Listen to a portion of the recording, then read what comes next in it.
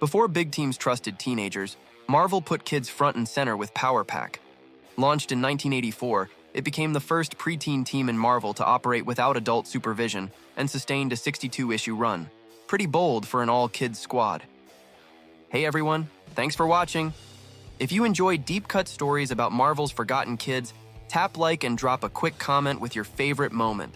Subscribe to catch the next episode and keep the nostalgia rolling. Katie Power was a superhero before grade school, the youngest member of Power Pack who learned to convert anything she touched into raw energy. She disintegrates matter, stores the charge, then vents it as blasts when she's full, often glowing like a tiny reactor. She and her siblings at times swapped abilities, learning teamwork while outsmarting the Snarks. Their ally was Friday, the chameleon smart ship that ferried them into danger. Energizer's record is bigger than her age suggests. She helped stop the Snarks' plans around Dr. Power's matter-antimatter converter, a crisis that could have leveled the planet. Those early arcs cemented Power Pack as Marvel's first preteen team operating without adult supervision. Katie keeps popping up in retrospectives and histories whenever writers revisit those fearless kids and their wild sci-fi stakes. Jack Power grew up as the brash spark in Power Pack, the kid who'd mouth off and then dive first into trouble. As Mass Master, he bends his own mass, turning cloud-like, shrinking, or going super dense when a plan needs muscle. Queen Maraud feared him most, knowing he might push those powers hardest. Early arcs pit the siblings against the Snarks, while Friday keeps them one step ahead. He's impulsive but learns fast, trading abilities with his brothers and sister when missions demand a new approach. Stories tie the family to a dangerous matter-antimatter project, raising stakes beyond normal kid adventures. Later guides and databases call him a founder, a core piece of the team's identity even in crossovers and alt takes. That mix of attitude and elasticity made Jack unforgettable. Julie Power is the heart and motion of the crew, a speedster who flies with a visible rainbow trail and a natural big sister vibe. As Lightspeed, she zips teammates out of danger, steadies arguments, and keeps plans moving when panic sets in. Her history stretches from classic Power Pack to Avengers Academy and the Future Foundation, giving her a long runway of growth. Even profiles note her many aliases from early years. She's not just fast, she's versatile, able to hover, accelerate hard, and thread tight spaces when stealth matters. Writers drop her into alt realities and zombie rifts because she instantly signals Power Pack energy. Across eras, she stays dependable, quick to protect younger kids like Franklin Richards, and quick to de-escalate fights at home base. The rainbow never really fades. Alex Power started as the steady eldest, the tactician who kept everyone aligned when the mission got weird.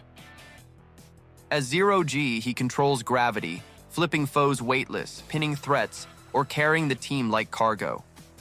He was the first leader, working closely with Friday when the Snarks closed in, and his science brain often framed the plan. Later, he plugged into Reed's Future Foundation. His arcs show range, from swapping powers with siblings to navigating dark what-if scenarios where heroes turn. Guides highlight him as founder and long-haul presence, appearing in hundreds of issues. That gravitational toolkit makes him a problem solver more than a bruiser, a perfect anchor for a squad of kids who had to grow up fast. He's calm until the field demands bold. Arty Maddox doesn't talk. He shows you pictures in your head, projecting crisp images that cut through confusion. X-Factor took him in early, pairing him with Leech and teaching him to aim that visual telepathy at clues, memories, and motives. He's the quiet compass in chaotic moments, sketching answers straight into people's minds when words would slow things down. His path runs through X-Terminators and New Mutants eras, with detours after big events that hit young mutants hardest. Profiles track his bond with Leech and those caretaker stretches aboard living bases and ships.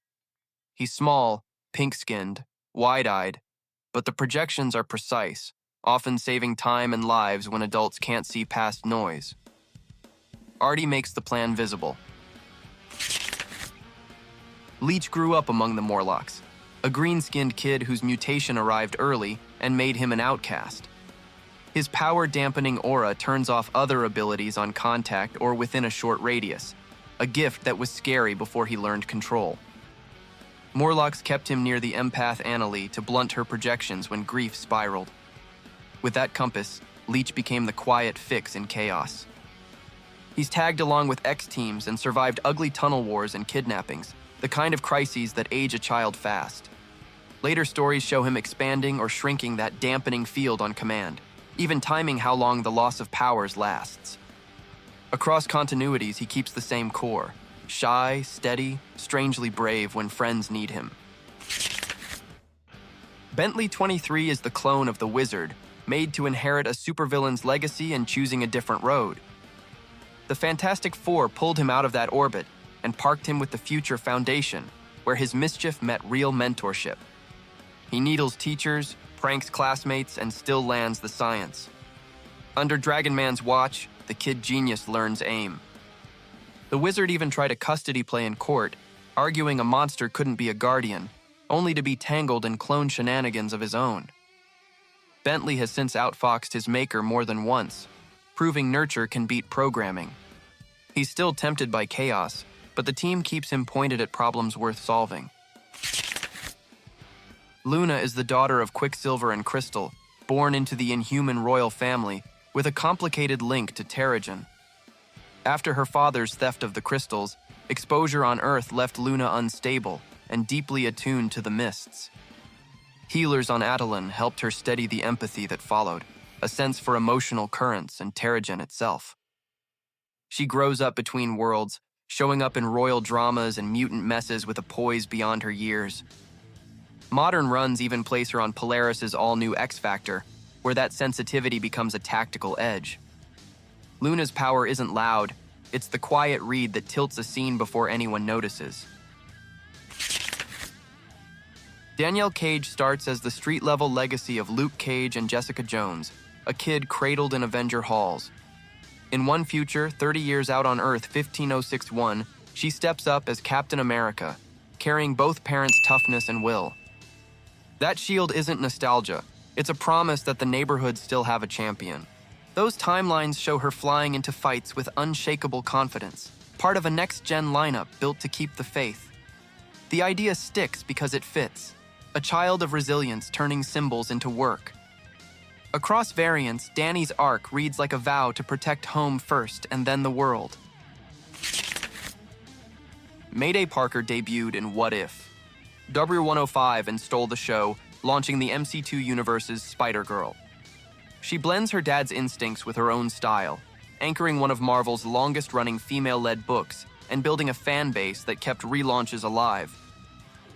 Teams like A-Next and the Fantastic Five sharpened her game.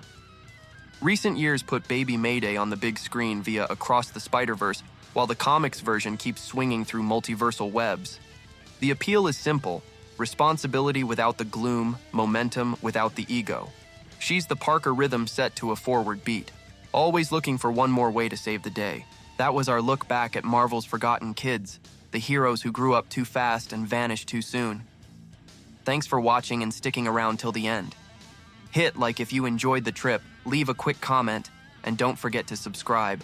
More hidden corners of Marvel are coming your way.